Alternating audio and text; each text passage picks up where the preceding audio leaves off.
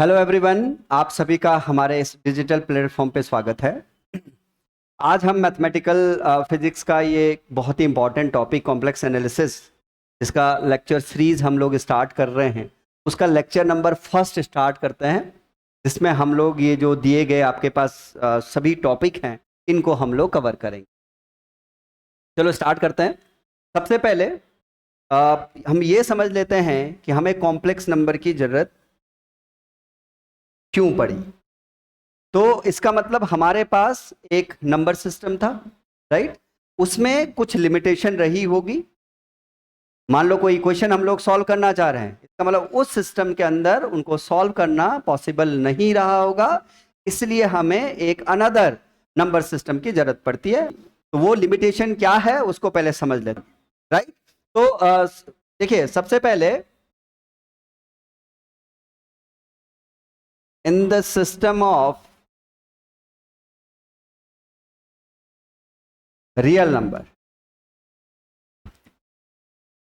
इसमें हम लोग पढ़ते हैं कि एक्स स्क्वायर ग्रेटर और equal to zero, greater than और इक्वल टू जीरो, ये ऑलवेज ट्रू होता है, राइट। पढ़ा होगा आपने। Means square of any real number will be greater than और इक्वल टू जीरो। अब जरा इस इक्वेशन के बारे में सोचिए, x square plus one equal to zero. तो यहां पर क्या लिखोगे? X square is equal to minus one. और जब आप इसका मतलब इसके जब रूट निकालोगे तो आपके पास x plus minus square root of minus one. इसका मतलब इस इक्वेशन का solution system of the real number में पॉसिबल नहीं, means no solution possible.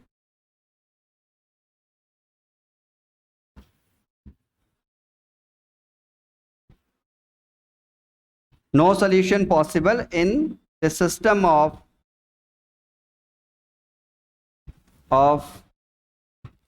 Real number.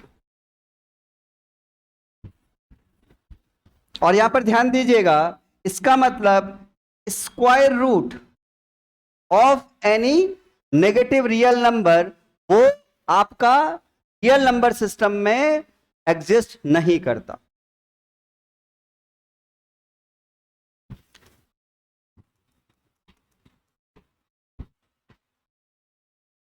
मतलब अगर आपका कोई भी नेगेटिव, अगर आपके पास अगर square root of any negative real number है, तो जो आपके पास रियल नंबर सिस्टम है उसमें ये एग्जिस्ट नहीं करेगा। क्योंकि आप लोग देखिएगा, हम लोग ये पढ़े हैं x square is greater equal to zero, और यहां पर एक्स स्क्वायर जो है आपके पास नेगेटिव आ रहा है। ऐसा यही इक्वेशन नहीं है जहां पर इसको सॉल्व करने की लिमिटेशन रही होगी। या ऐसे एक दो और भी एग्जांपल हम लोग कर लेते हैं, जैसे कि किसी क्वाड्रेटिक इक्वेशन को ले लीजिएगा, और वो अगर देखिए a x square plus b x plus c equal to zero.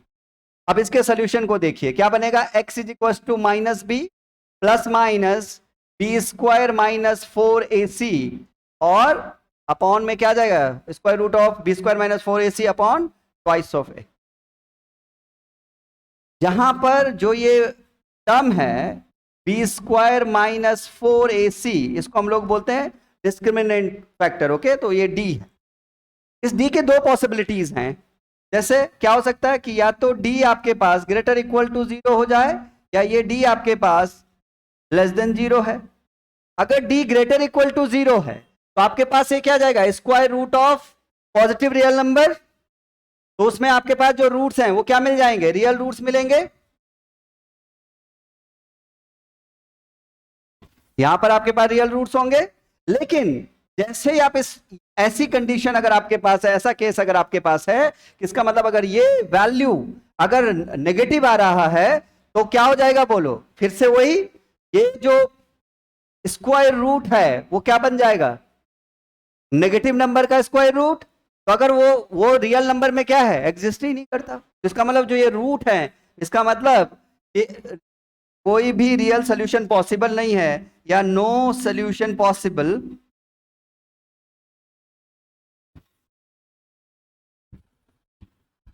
in the system of real number, right? Clear है ना? इसका मतलब रियल नंबर सिस्टम है उसमें ये जो रूट्स हैं, जो ये क्वेश्चन है, इनका सोल्यूशन पॉसिबल नहीं है। ऐसे ही हम लोग एक और एग्जांपल ले सकते हैं, जैसे क्यूबिक इक्वेशन है, क्योंकि बाद में हमको क्यूब रूट ऑफ यूनिटी भी पढ़ना है। तो क्यूबिक इक्वेशन में देखिए एक्स क्यूब इक्वल्स टू 1, इसको कैसे लिखोगे? X cube minus 1 equals to 0, x minus 1 x square plus x plus 1 equals to 0। अब या तो ये 0 होगा या ये 0, तो एक्स माइनस 1 इक्वल्स टू 0, यहां से आपके पास x इज इक्वल्स टू 1, ये क्या है? ये रियल रूट है। जब आप इसको करोगे x square plus x plus 1 equals to 0, यहां पर फिर से वही आप इसको कंपेयर कीजिएगा किससे? A x square plus b x plus c से, राइट? तो इज इक्वल्स टू 0। तो यहां पर a का वैल्यू 1 है, b का वैल्यू भी 1 है और c भी 1 है, तो क्या बनेगा? रूट देखिए जरा, minus 1 plus minus 1 b square minus 4ac, वो भी 1 है, और इसका स्क्वायर रूट लीजिए अपॉन में ट्वाइस, तो क्या मिल रहा है? Minus 1 plus minus negative of 3, right? Minus 3, और ये आ जाएगा ट्वाइस। अब यहां पर देखिए इस सोल्यूशन में भी because of this means square root of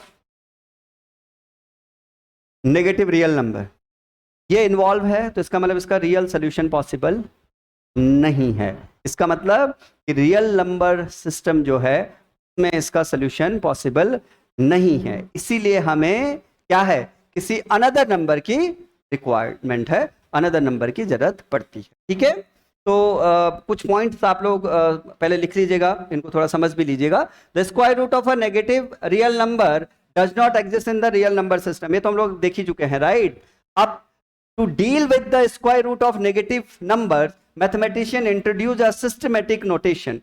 देखिए ये जो नेगेटिव नंबर है ना, जो हम लोग कह रहे हैं कि जो square root of any negative real number, इनको डील करने के लिए क्या क्या कहा गया है कि जो minus of square root of -1, right? तो उसका जो वैल्यू है वो क्या रखा गया? आयोटा, इसको हम लोग बोलते हैं आयोटा। तो और जैसे आयोटा क्या हो जाएगा? आयोटा स्क्वायर -1, फिर आयोटा आयोटा क्या बनेगा? आयोटा स्क्वायर इज -1, तो ये क्या बन जाएगा? Minus iota, right?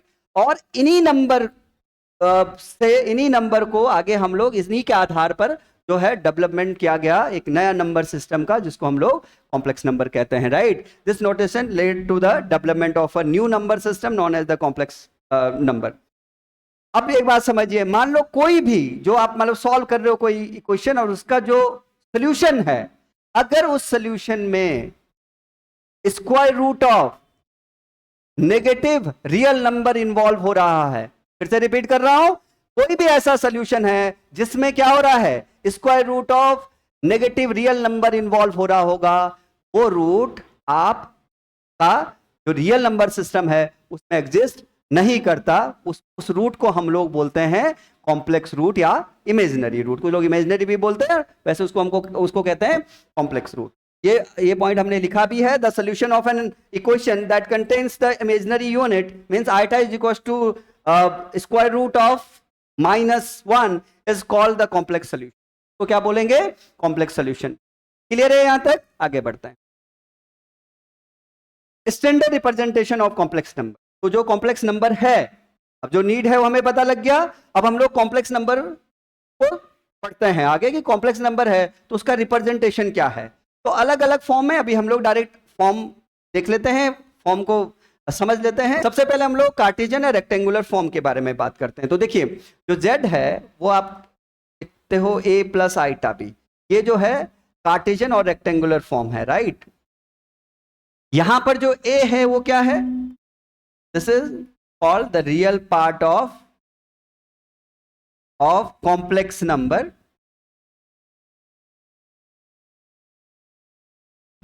z, या इसको अगर आप चाहो तो क्या लिख सकते हो? देखिए रियल ऑफ, इसको लिखा जाता है रियल ऑफ z। जो b है वो क्या है? Imaginary part of complex number z। तो और अगर इसको हम लोग लिखते हैं इमेजिनरी ऑफ z। मीन्स अगर आपके पास real of z, real part of the z that is a, और अगर हमारे पास इमेजिनरी पार्ट ऑफ z, तो जो ये है आपके पास, ये है Cartesian form of complex number, means Cartesian representation. Okay, तो जो नेक्स्ट रिप्रेजेंटेशन है वो है पोलर या ट्रिग्नोमेट्रिक फॉर्म। कैसे? जैसे z है आपके पास, उसको लिख सकते हैं r cos of theta plus iota r sin of theta, right. और r को हम लोग अगर यहाँ पर कॉमन लें तो बनेगा cos theta plus iota sin theta, right. तो जो ये फॉर्म है इसको बोलते हैं ट्रिग्नोमेट्रिक फॉर्म या पोलर फॉर्म। जहां पर r क्या है, this is nothing but modulus of z, तो हम लोग बोलते हैं मॉडुलस क्या है, कैसे कैलकुलेट करते हैं आगे समझेंगे, अभी बस समझ जाइए, क्योंकि अभी सिर्फ फॉर्म को हम लोग बता रहे हैं कौन कौन सा फॉर्म पॉसिबल है। तो यहां पर देखिए मॉडुलस ऑफ z, ओके। और अगर हम लोग यहां पर थीटा की बात करें तो इसको हम लोग बोलते हैं आर्गुमेंट ऑफ z, ठीक है, argument of z, argument of a complex number और modulus of a complex number. r is the modulus and theta is argument of complex number. Clear है? नेक्स्ट फॉर्म है जो, उसको देख लीजिएगा। जो नेक्स्ट फॉर्म हमारे पास है वो है एक्सपोनेंशियल और यूलर फॉर्म। काफी इंपॉर्टेंट है, बहुत यूजफुल भी है, आगे समझेंगे। अभी देखिए इसको कैसे लिखते हैं, z is equal to r e की पावर आइटा थीटा। जहां r क्या है, फिर से वही r is what, modulus of z complex number, okay. और जो आपके पास थीटा है इसको हम लोग क्या बोलते हैं, this is nothing but argument of complex number, argument of complex number,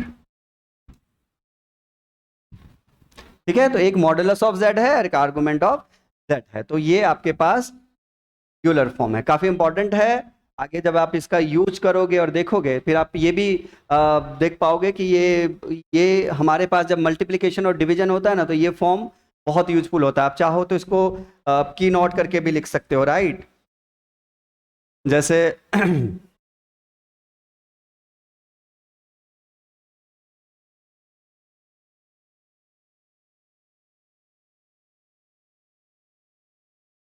जब भी आपके पास मान लो वेक्टर, सॉरी, जब आपके पास कॉम्प्लेक्स नंबर का, अगर आपके पास आप एडिशन कर रहे हो ना कहीं पर, समझना, मान लो अगर एडिशन है या सब्ट्रैक्शन हो जाए, तो इसके लिए हम लोग कौन सा फॉर्म कन्वीनियंट है, कार्टेशियन फॉर्म कन्वीनियंट, राइट,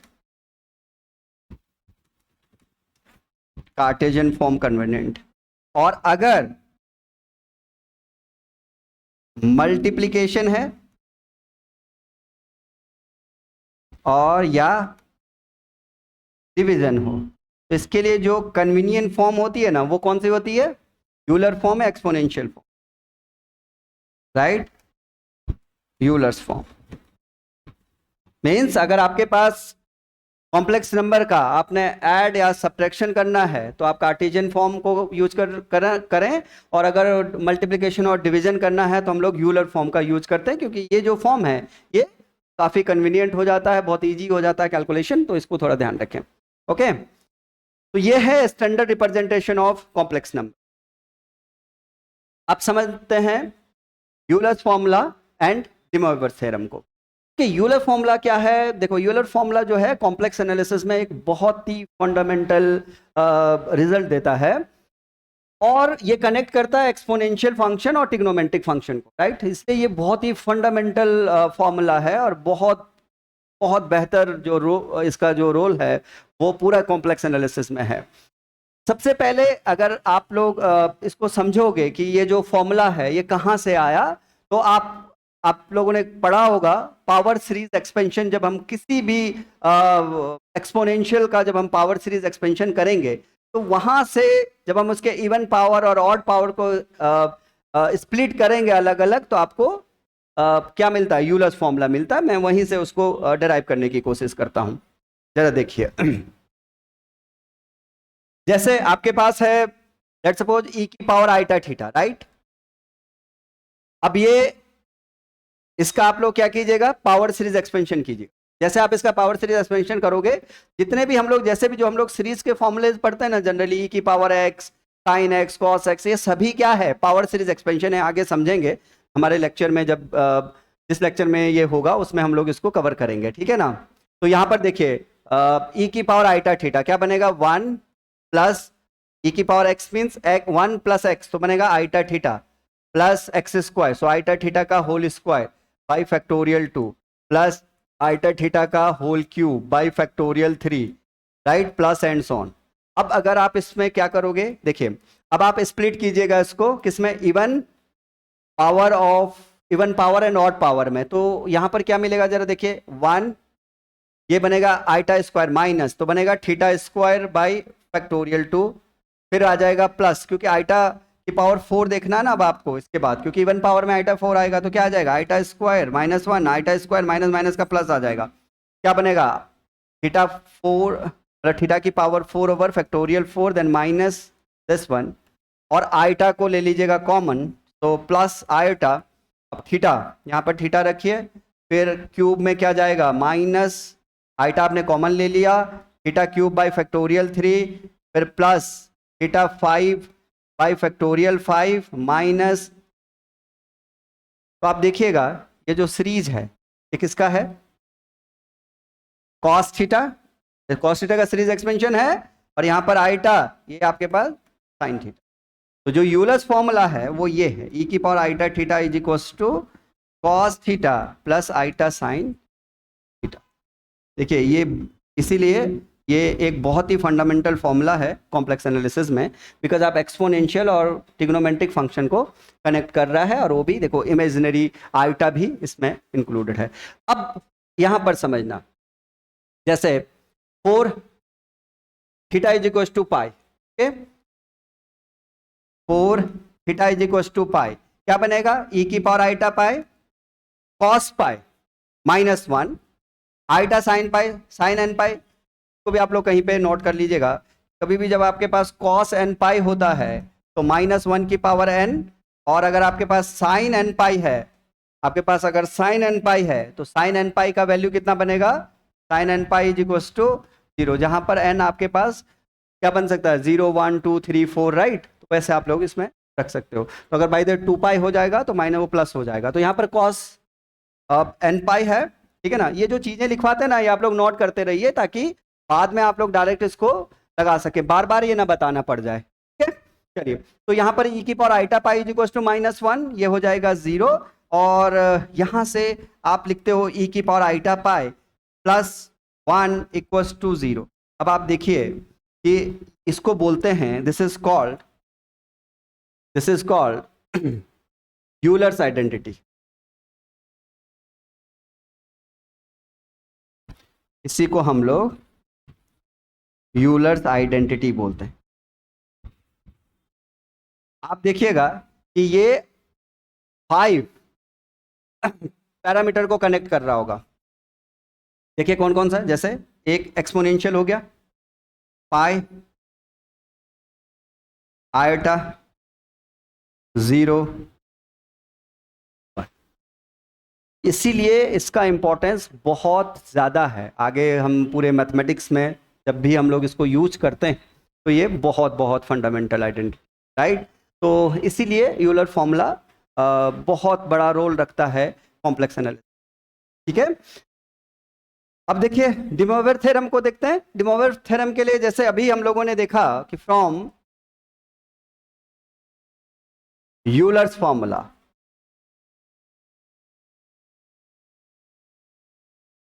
आपने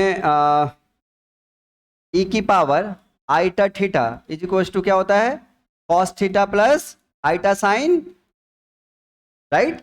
ये है आपके पास यूलर फॉर्मूला। अब जरा देखिए, मान लो मैं यहां पर लिखता हूं ई की पावर आइटा थीटा की पावर एन, तो क्या बन जाएगा, ये बनेगा ई की पावर, ये मल्टीप्लाई हो जाएगा तो कितना होएगा, आइटा एन थीटा। अब इसमें आप लोग लिख सकते हो cos theta plus iota sine theta की power n is equals to cos n theta plus iota sine n theta. Clear हो रहा है, यही जो है आपके पास de Moivre थ्योरम।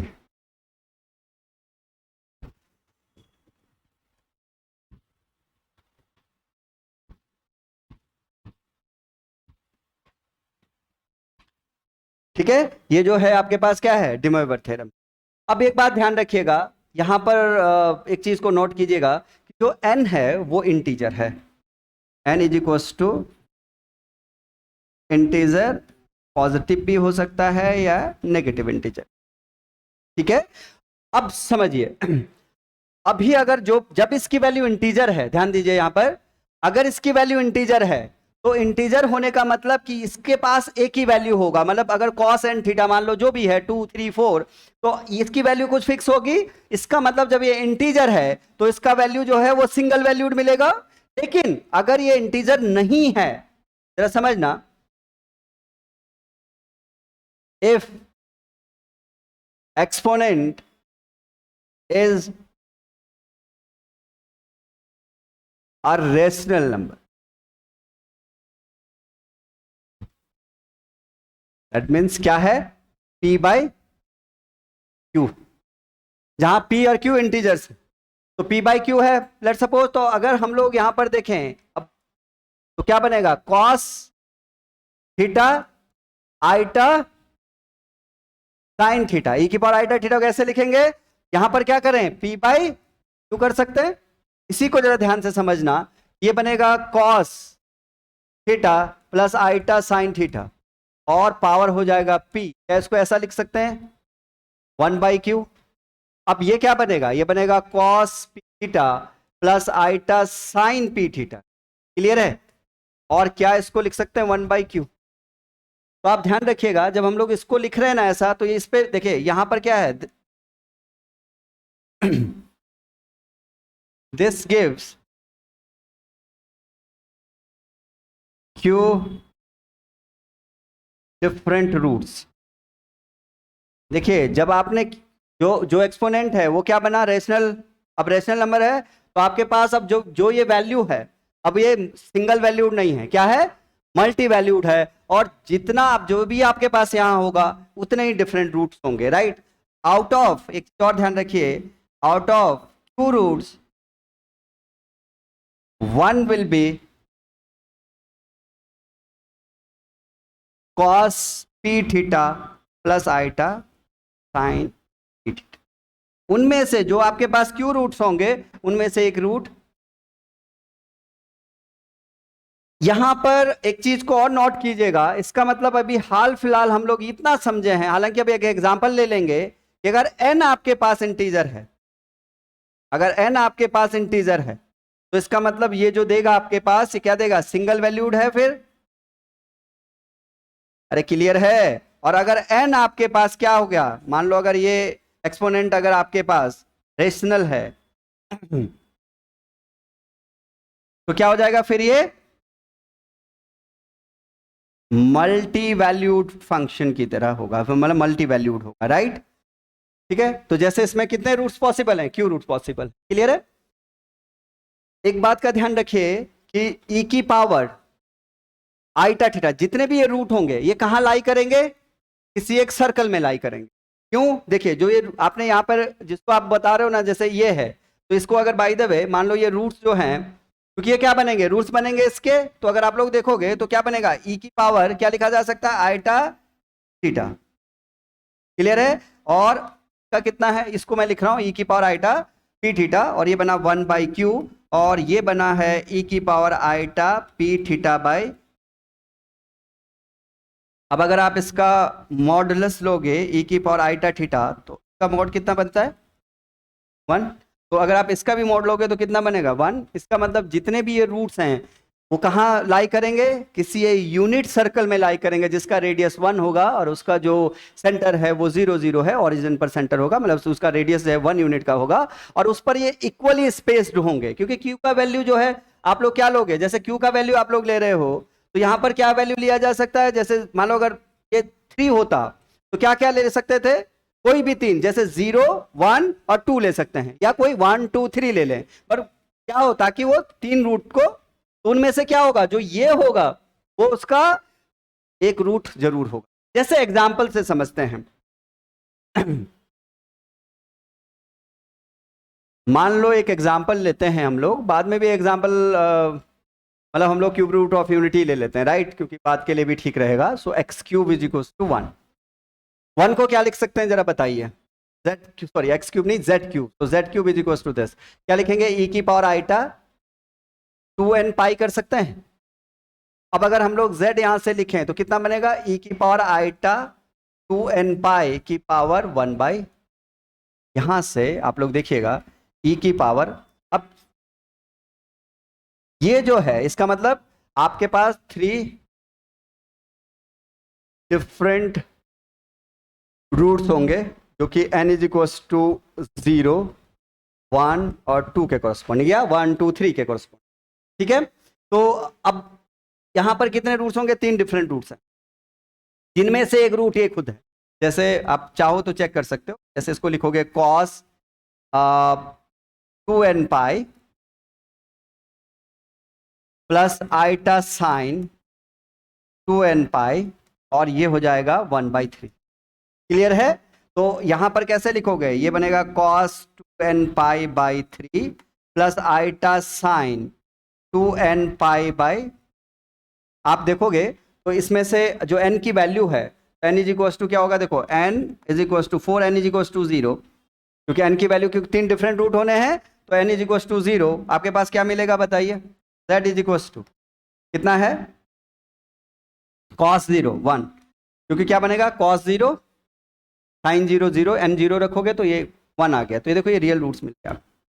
तो मैंने आपको बताया था कि एक रूट यही होगा। अब अगर आप देखोगे तो आप बोलोगे कि 1/3 तो अलग रखा सर, तो ये cos 2n पाई की वैल्यू कितनी होती है?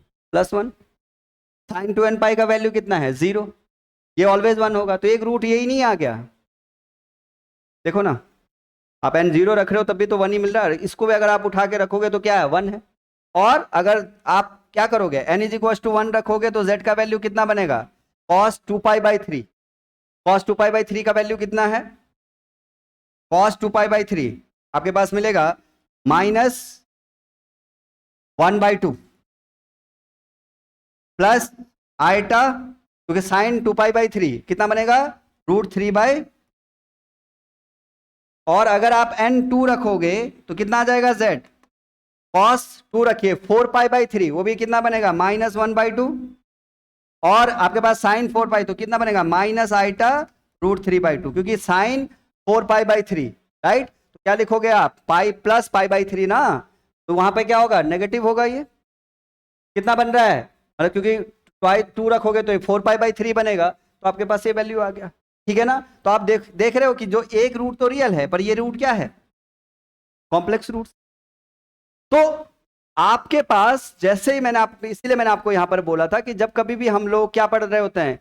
डे मोइवर थ्योरम को पढ़ रहे होते हैं, तो जो अगर आपके पास रेशनल है तो वो आपके पास डिफरेंट उतने रूट्स होंगे, जिनमें से एक रूट वही होगा जो अंदर आपने, मतलब जो इंटीजर को रख के आपने अंदर इसको ये वाली वैल्यू, ठीक है ना, मतलब सिंप्लीफाई किया है। तो ये बहुत इंपॉर्टेंट है, बहुत जगह हम लोग यूज करते हैं। जैसे अगर हमें कॉम्प्लेक्स रूट चाहिए तो हम लोग डायरेक्ट डे मोइवर को यूज कर सकते हैं। क्लियर है? आगे बढ़ते हैं। अब है argument, sorry, complex Argand plane.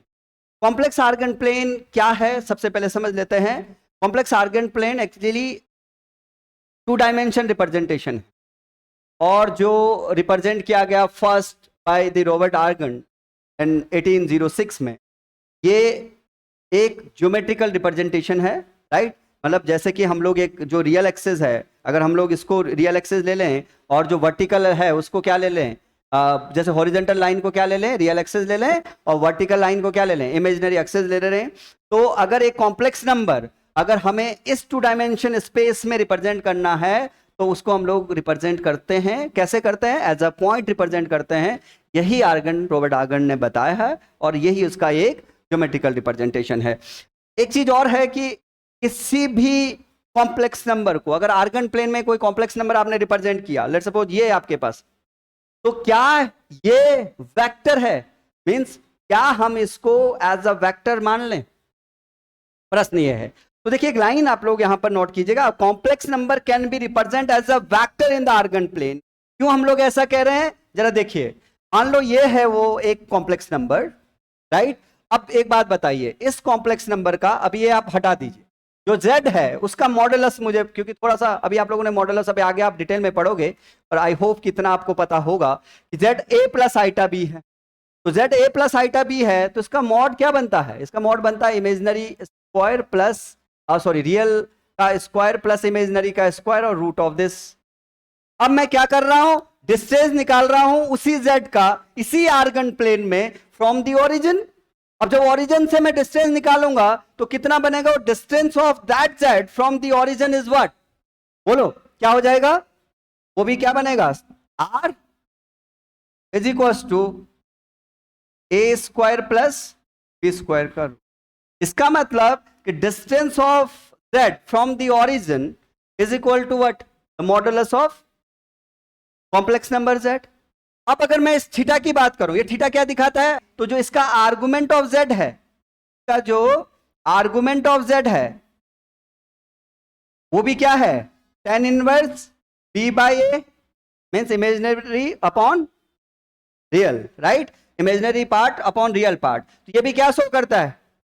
Direction of complex vector. और यहां पर जो थीटा है, इसका मतलब इसको अगर हम लोग बोल दें तो ये थीटा है। इसका मतलब कि कोई भी हमारे पास एक, अगर कोई एक कॉम्प्लेक्स प्लेन है में कोई पॉइंट z है, तो उसको हम लोग कैसे रिप्रेजेंट कर सकते हैं? एज अ वेक्टर रिप्रेजेंट कर सकते हैं। लेकिन ध्यान रखिएगा कि ये ओ z, मान लो इस पॉइंट को अगर हम लोग कुछ ले लें, मान लो OP ले लेते हैं, राइट? तो OP जो है वो वैसा नहीं है जैसे वहां रेडियस, इसको हम लोग रेडियस वेक्टर नहीं बोल सकते। तो ये है आपके पास आर्गुमेंट। ये पॉइंट जो है आप लोग जरूर से लिखें कि हॉरिजॉन्टल लाइन हम लोग रियल एक्सेस को दिखा रहे हैं, वर्टिकल लाइन जो है इमेजिनरी एक्सेस, और ऐसे हम लोग किसी भी एक पॉइंट को एज अ वेक्टर रिप्रेजेंट कर सकते हैं कॉम्प्लेक्स आर्गन प्लेन। क्लियर है? आगे बढ़। Complex conjugate of a complex number. हमें कॉम्प्लेक्स कॉन्जुगेट को समझना है। देखिए, किसी भी, मान लो कॉम्प्लेक्स कॉन्जुगेट क्या है? एक मिरर इमेज आप लोग ले लीजिएगा। कहां पर लेना है? मान लो z आपके पास यहां है, राइट? ये z। तो किसी भी कॉम्प्लेक्स प्लेन में आप रियल एक्सेस पे एक मिरर लगा लीजिए। जब आप रियल एक्सेस पर एक मिरर लगाओगे तो मान लो z को हम लोग यहां पर लिख रहे हैं कितना? a plus iota b। तो यहां पर इसका जो मिरर इमेज, क्योंकि मिरर आपने कहां लगाया? यहां पे। तो जो मिरर इमेज बनेगा वो क्या बनेगा? z is equal to a minus iota b। क्योंकि a तो आपके पास इधर रियल एक्सेस पर है, इमेजिनरी एक्सेस पे b है, तो वो क्या बन जाएगा? Minus b। इसी को जो रिप्रेजेंट करते हैं वो क्या करते हैं? या तो यहां पर बार लगा लीजिएगा, या इसका तो ऐसे रिप्रेजेंट कीजिए, स्टार लगाते हुए रिप्रेजेंट कीजिए। तो या तो ऐसे रिप्रेजेंट कर लें या ऐसे रिप्रेजेंट। तो आप अगर देखेंगे तो complex conjugate is the mirror image of z in the complex plane about the real axis. Clear है? थोड़ा सा प्रॉपर्टीज के ऊपर अगर चर्चा करें, प्रॉपर्टीज ऑफ द कॉन्जुगेट, तो आप लोग इसको देखिए। मान लो z1 plus minus z2, right? और इसका हम लोग क्या ले रहे हैं? कॉम्प्लेक्स कॉन्जुगेट ले लेते हैं, राइट? क्या बनेगा? z1 plus minus z2, plus है तो प्लस, माइनस है तो माइनस। फिर अगर z1 z2 है, राइट? तो ये क्या बनेगा? z1 z2, z1 upon z2 है, right? Let's suppose z1 z2 है और ऐसे आपके पास, तो क्या बनेगा? ये इंडिविजुअल, फिर z1 और यहां पर z2, बट जो z2 है वो 0 ना, राइट? तो इज नॉट इक्वल टू 0। तो ये आपके पास प्रॉपर्टी है। इसी प्रॉपर्टी पर कुछ चीजें और भी हम लोग नोट कर लेते हैं। जैसे आप यहां पर देखिए, जैसे मान लो एक चीज हम लोग यहां से चीजें नोट करेंगे। जैसे मान लो z है और उसका कॉम्प्लेक्स कॉन्जुगेट है और z है, तो क्या बनेगा? मान लो रियल z कहीं पर लिखना है हम, राइट? रियल z, तो रियल z मान लो, उसके लिए उसको करके देख लो एक बार, a प्लस आइटा b हो जाएगा, ठीक है? तो ये क्या बनेगा? और z अगर इसका कॉम्प्लेक्स कॉन्जुगेट हम लोग ले रहे हैं तो a माइनस आइटा b बनेगा, ठीक है? अब रियल z क्या बनेगा? a बनेगा। रियल z क्या है? a है।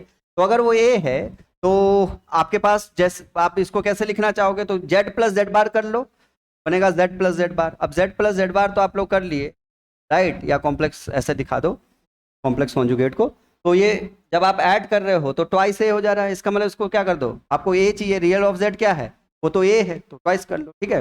अब क्या बनेगा, मान लो इमेजनरी है, इमेजनरी जेड है, इमेजनरी जेड में क्या बनेगा, जेड माइनस जेड बार। अब माइनस करके देख लो, माइनस हो जाएगा, ये तो कैंसिल आउट करेगा, पर ट्वाइस आइटा आ जाएगा, तो किससे डिवाइड कर लो, ट्वाइस आइटा। तो ये कितना है, अगर आप लोग देखोगे तो ये ए के इक्वल होगा, ये कितना होगा, ए तो है ये, और ये बी, तो इमेजनरी ऑफ जेड है और रियल ऑफ जेड है। तो आप रियल ऑफ जेड को ऐसे लिख पाओगे, इमेजनरी ऑफ जेड को ऐसे लिख पाओगे। तो ये बार लिखा गया है ऐसे यहाँ, ठीक है। तो एक बात का ध्यान रखिएगा, ये बहुत इंपॉर्टेंट है, क्योंकि बाद में जब हम लोग कॉम्प्लेक्स एनालिटिक फंक्शन को जानते हैं डायरेक्ट कि ये गिवन फंक्शन आपका कॉम्प्लेक्स एनालिटिक है या नहीं है, तो उसमें जब रियल पार्ट है तो उसको पहले हम लोग कॉम्प्लेक्स के टर्म में लिखते हैं, क्योंकि इनकी इंफॉर्मेशन हमारे पास होती है, इनको हम लोग ऑलरेडी एज एग्जाम्पल लेके पहले जान जाते हैं कि ये क्या है, मतलब एनालिटिक है नहीं है, ठीक है ना। तो इसलिए ये बहुत इंपॉर्टेंट है, तो आप लोग ध्यान रखिए। तो ये है आपका properties of a conjugate. Next देख लेते हैं, नेक्स्ट है मॉडुलस ऑफ अ कॉम्प्लेक्स। जो मॉडुलस है, actually modulus of a complex number is the distance of a complex number from the origin in Argand plane. जब हम मैग्नीट्यूड की बात करते हैं तो मैग्नीट्यूड का मतलब length of vector in Argand plane. तो अगर मैग्नीट्यूड वो अगर वेक्टर उसको ले रहे हैं, फॉर एग्जाम्पल देखिए, मान लो ये है आपके पास रियल एक्सिस और ये है इमेजिनरी एक्सिस, ओके।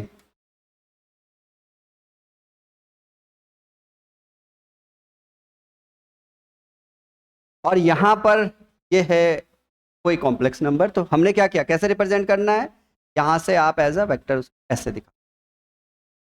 जहां पर अगर आप लोग देखिएगा कि अगर मुझे मॉड ऑफ जेड, ये जो जेड है मान लेते हैं कि ये एक्स प्लस आइटा वाई है, ठीक है ना। तो और यहां से जो रियल एक्सिस से जो एंगल है वो थीटा है, ठीक है।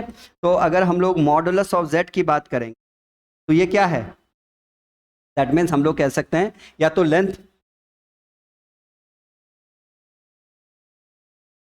लेंथ या क्या बोल रहे हैं, या तो लेंथ बोल दो, या आप लोग क्या बोल सकते हो, distance of this Z from this origin, right, या लेंथ या मैग्नीट्यूड बोल सकते हैं ना हम लोग, मैग्नीट्यूड,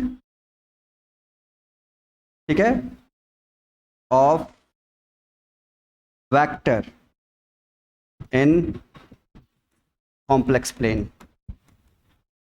क्लियर हो रहा है। तो अगर इस लेंथ या magnitude of vector in complex plane देखें तो वो क्या बनने वाला है, वो बनेगा एक्स स्क्वायर प्लस वाई। तो अगर इन जनरल लिखें तो जनरल वे में क्या लिख सकते हैं, अगर जनरलाइज करके लिखें तो व्हाट इज द मॉडुलस, तो modulus of Z is equals to, आप लोग एक रियल पार्ट लीजिए, उसका स्क्वायर, जो रियल पार्ट होगा जो भी कॉम्प्लेक्स नंबर है उसका रियल पार्ट का स्क्वायर प्लस इमेजिनरी पार्ट उसका स्क्वायर, और आप लोग square root of real, square root of real part उसका स्क्वायर प्लस इमेजिनरी पार्ट है उसका स्क्वायर, ठीक है ना, और उसका स्क्वायर रूट ले लीजिएगा। ये है आपके पास, this is called the modulus of complex. ध्यान रखिएगा कि बाद में जब हम लोग क्या लिखते हैं, कोई एक फंक्शन लिखते हैं, ठीक है ना, कॉम्प्लेक्स नंबर से, तो जो एफ जेड होता है उसमें भी हम लोग उसको किसके टर्म में लिखते हैं, q x y plus iota v x y. तो वहां पर भी हम लोग क्या करेंगे कि जो आइटा वाला पार्ट है वो आपके पास इमेजिनरी पार्ट होगा, और जो रियल पार्ट है उसको हम लोग यू एक्स वाई लिखते हैं, तो उसको हम लोग क्या बोलेंगे, फिर रियल पार्ट बोलेंगे, और आइटा जो आइटा वाला उसको इमेजिनरी पार्ट, तो रियल पार्ट का स्क्वायर कर देंगे और इमेजिनरी का स्क्वायर। जैसे एक छोटा सा एग्जांपल, वैसा भी आपने फंक्शन पढ़ा नहीं है पर फिर भी, जैसे एफ जेड है और ये मान लो जेड स्क्वायर है, तो इसको कैसे लिखेंगे, एक्स प्लस आइटा वाई का होल स्क्वायर ना, क्या बनेगा, x square minus y square, ठीक है, फिर प्लस आइटा 2xy, तो क्या हो गया रियल पार्ट दिस, और imaginary part this one. What is the modulus of this F Z, इसका भी मॉडुलस होगा, तो इसका एफ जेड क्या होगा, रियल पार्ट का स्क्वायर प्लस इमेजिनरी पार्ट का, ठीक है। तो ये बहुत इंपॉर्टेंट है। अब हम लोग बात करते हैं प्रॉपर्टीज ऑफ मॉडुलस। मॉडुलस का प्रॉपर्टी क्या क्या है। सबसे पहले तो आप लोग ये समझिए कि जो मॉड ऑफ जेड होगा, क्योंकि आप स्क्वायर लिखे हो रियल पार्ट का भी और तो उसका स्क्वायर रूट का मतलब इसका जो वैल्यू है वो क्या होगा, ऑलवेज पॉजिटिव होगा, नेगेटिव नहीं होगा, ठीक है। तो ये प्रॉपर्टी है जो हम लोग आपको पता होना चाहिए। सेकेंडली अगर हम लोग देखें तो Z1 Z2 क्या बनेगा, आप लिख सकते हो Z1 Z2 mod of Z1 and Z2। आप फिर से अगर डिवीजन में है Z1 Z2, आप चाहो तो इनको प्रूफ भी कर सकते हो, ठीक है। क्या बनेगा Z1 एंड, ठीक है। एक काफी इंपॉर्टेंट प्रॉपर्टी है वो है अगर Z1 प्लस Z2, तो इसका जो वैल्यू है वो आपके पास लेस देन इक्वल टू क्या बनेगा, Z1 प्लस Z2। और इसी के आधार पर हम एक और प्रॉपर्टी, मतलब इसी को चाहें तो यहां से भी प्रूफ कर सकते हैं। तो एक प्रॉपर्टी और लिख लेते हैं कि Z1 माइनस Z2 मीन्स, अगर हम लोग देखेंगे ना तो ये क्या है, Z1 माइनस Z2, और उसका मॉड आपने ले रखा, तो इसका मतलब आपने डिस्टेंस निकाला है between two complex number Z1 and Z2। तो वो जो वैल्यू है वो आपके पास क्या मिलने वाला है, ग्रेटर इक्वल टू, राइट। क्या बनेगा Z1, इसको थोड़ा सा जरा ध्यान से लिखिए आप, यहां पे देखिए, ये बनेगा Z1 माइनस Z2। अब क्योंकि आप देखो जो मॉडुलस है Z का वो ऑलवेज क्या होगा, पॉजिटिव, राइट, नेगेटिव नहीं हो सकता ना। तो आपके पास ये नेगेटिव ना हो तो एक मॉड हम लोग क्या करेंगे, क्योंकि भाई ये इंडिविजुअली क्या हो सकता है, ग्रेटर हो सकता है, तो मॉड लगा ली। आप चाहो तो इस प्रॉपर्टी को यहां से कर सकते हो। देखो मैं आपको बता देता हूं कि आपने यहां पर क्या किया, मान लो आपने Z1 माइनस Z2, तो यहां से प्रूव करने की कोशिश करते हैं, ठीक है ना। आप तो यहां पर क्या वैल्यू लोगे, मान लो आपने Z1 यहां ले लिया, राइट, और आपको चाहिए Z1 माइनस Z2। तो क्या मैं इसको Z1 माइनस Z2 ऐसे करके प्लस Z2 कर दूं, कोई दिक्कत तो नहीं है, क्योंकि Z2 Z2 कैंसिल आउट हो जाएगा। पर लिख सकता हूं ना Z1 minus Z2 plus Z2, ठीक है। अब इस पे मैं इसी प्रॉपर्टी को अप्लाई करता हूं, दिस प्रॉपर्टी। तो ये क्या होगा जरा देखिए, समझिएगा इसको। अगर मैं इस प्रॉपर्टी को अप्लाई कर रहा हूं तो less than equals to Z1, so Z1 minus Z2 का मॉड आप लोग लीजिएगा, और प्लस, और ये जो है क्योंकि आपने इसको एक लिया है और ये अलग, मतलब ये इंडिविजुअल आपने ऐसे ले लिए, और Z2 आपके पास ये है, ठीक है। अब क्या कर सकते हो, देखो ये जो है ये क्या बनाएगा, यहां पे देखना, ये जो है आपके पास, ये तो Z1 है, Z2 कैंसिल आउट, तो आपके पास क्या बनेगा, less than equals to Z1 minus Z2 और प्लस Z2 का। अब यहां पर इसको इधर ले आइए, तो Z1 माइनस Z2, Z1 का मोड माइनस Z2 का मोड, मॉडुलस, तो क्या बनेगा Z1 Z2 का 10, यही तो आ गया। अब आप क्या कर सकते हो, आपने अभी Z1 माइनस Z2 की, ऐसा भी तो कर सकते हो आपकी, मान लो Z2 minus Z1 plus Z1, तो वो मतलब दोनों से क्या करेंगे, यहां पर क्या लगाएंगे, एक मोड लगा देंगे, ठीक है। बहुत इंपॉर्टेंट प्रॉपर्टीज हैं जो आपके पास यहां पर लिखी गई हैं, आप इनका इस्तेमाल बहुत जगह आप आगे पाओगे कि कॉम्प्लेक्स एनालिसिस में बहुत जगह हम लोग इनको यूज करते हैं, ठीक है।